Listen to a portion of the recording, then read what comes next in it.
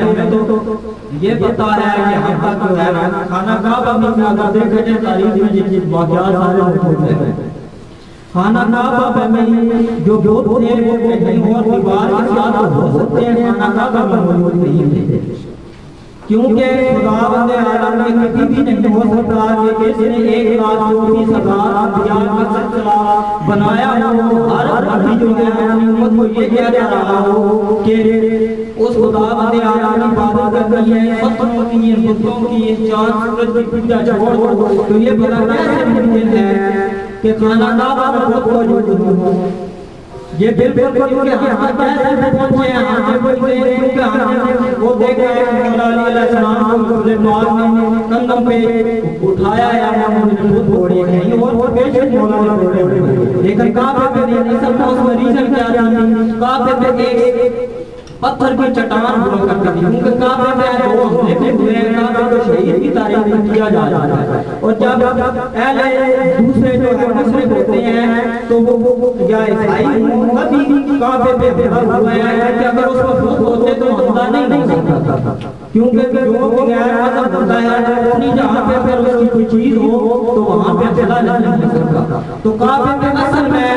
بہت سے فضائل کو چھپانے کے لیے ایک فضائل ڈال دیا گیا اور ہم اسی کو لے لیا۔ اصل فضائل یہ تھا کہ اس میں ایک پتھر کی سیل تھی، سیل پہ جناب عبد المطلب بیٹھا کرتے تھے اور فرشتوں کو حکم دیا کرتے تھے، گھنٹیاں لگایا کرتے تھے، اس طرح یعنی ان کے سارے انبیاء کا ساری پیچھے ان کے بہت زیادہ سب پہ اس وجہ سے وہ چیز ڈالی گئی کہ ان کو یعنی کسی اور حوالے سے مسلمان نہیں تھے، کیونکہ اس طرح کی ان کے پاس تاریخ میں اگر دیکھیں تو جناب ابو طالب کے پاس جناب ابو طالب کے پاس ہی چاہتا، تو اس حوالے سے کبھی بھی نہیں ہو سکتا کہ کیونکہ یہ دور حکمت میں یہ جو نگرانی کا کرتا ہو، تو یہ چیزیں ہمیں سمجھنی چاہیے۔ درود پاک بھیجے محمد علیہ محمد۔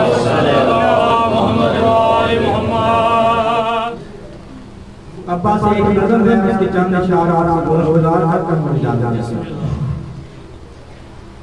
ہم نے اگر دیکھا جائے اور تحقیق کی جائے تو ہم کوریا والے مومنین، کوریا والے شیعہ دنیا کے سب شیعوں سے بہت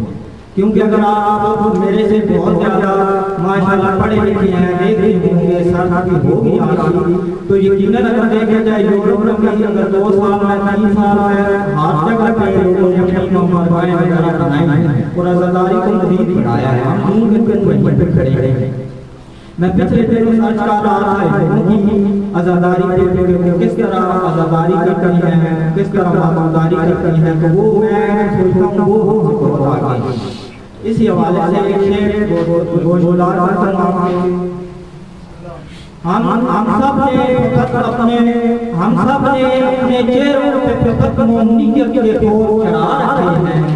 ہم سب نے اپنے چہروں پہ فقط مومنیت کے پھول چڑھا رکھے ہیں، ارے ہم سے تو اچھے وہ جنہوں نے اپنے آقانے بنا رکھے ہیں۔ حق کا پرچم تھام کر بھی ہم کوریا میں حق کو پھیلا نہ سکے، حق کا پرچم تھام کر بھی ہم کوریا میں حق کو پھیلا نہ سکے، کرتے رہے ایک دوسرے کو حق بات کی تلقین مگر حق کو حق دلا نہ سکے، حق کا پرچم تھام کر بھی ہم کوریا میں حق کو پھیلا نہ سکے، کرتے رہے ایک دوسرے کو حق بات کی تلقین مگر حق کو حق دلا نہ سکے، دل میں رکھتے ہیں مولا علی کی ولا اور سینے میں ہے امام حسین ہمارے، دل میں رکھتے ہیں مولا علی کی ولا اور سینے میں ہے امام حسین ہمارے، کیا عجب حسینی ہے ہم مل کر 7 سال میں کاظمین نہ بنا سکے، کیا عجب حسینی ہے ہم